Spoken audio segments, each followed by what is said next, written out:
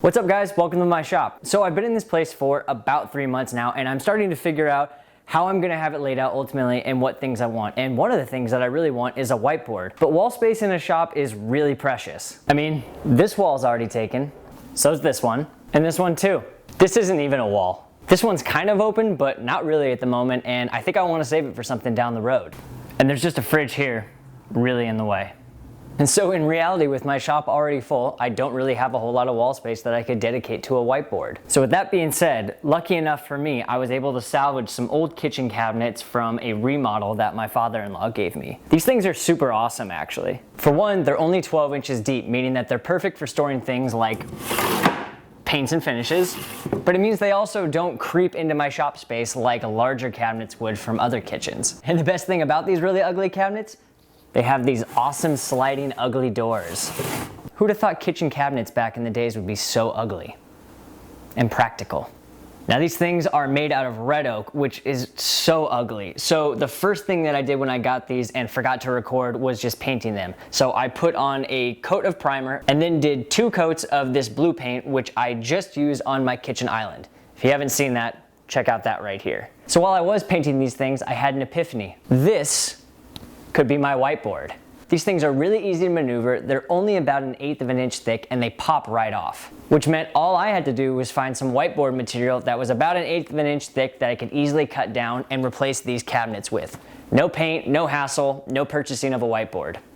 So once they were all painted, the first thing to do was just to take all of the doors off.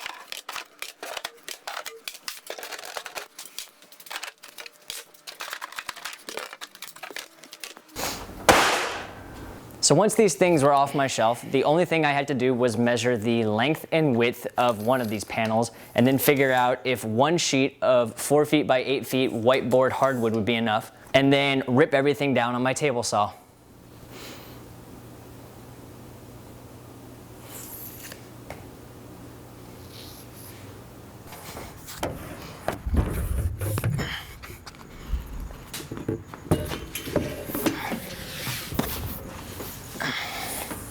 Hey Alexa, turn on the vacuum. Okay.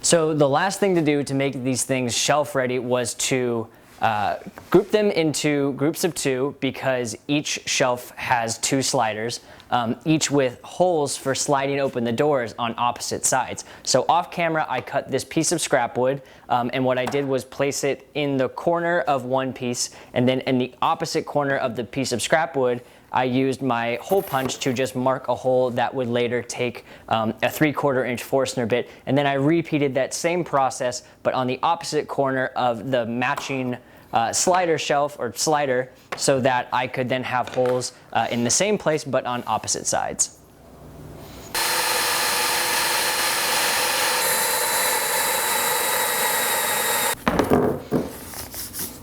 So once I finished drilling all the holes, the last thing to do was just to take each set of shelves and place them in their respective cabinets. And now I have 8 sliding whiteboards without taking up any extra wall space. So that is gonna wrap it up for this project. Now I know that this in theory was really simple, but it's almost so simple that you wouldn't have thought to do it. I've had these things hanging for 5 days before I figured out what the right whiteboard solution was for me. Now I realize not everybody has cabinets like these that they can just simply go and pop out the sliders and swap in with white hardboard, but there are other solutions out there. One other one that I was researching was using whiteboard paint that I'll link in the description that turns any surface that you have into a writable whiteboard. Now the result is the same thing. It might be a little bit more expensive, but it will give you that same freedom to not use up any additional wall space in your shop, which was my goal ultimately. So again, a really simple project, but I hope that you guys got something out of it. I'm gonna try to post more videos like this where it's just me giving tips that I learned by being in my own shop space down the road. So make sure you're subscribed, stick around for future videos, and I'll see you guys next time on the cutting board.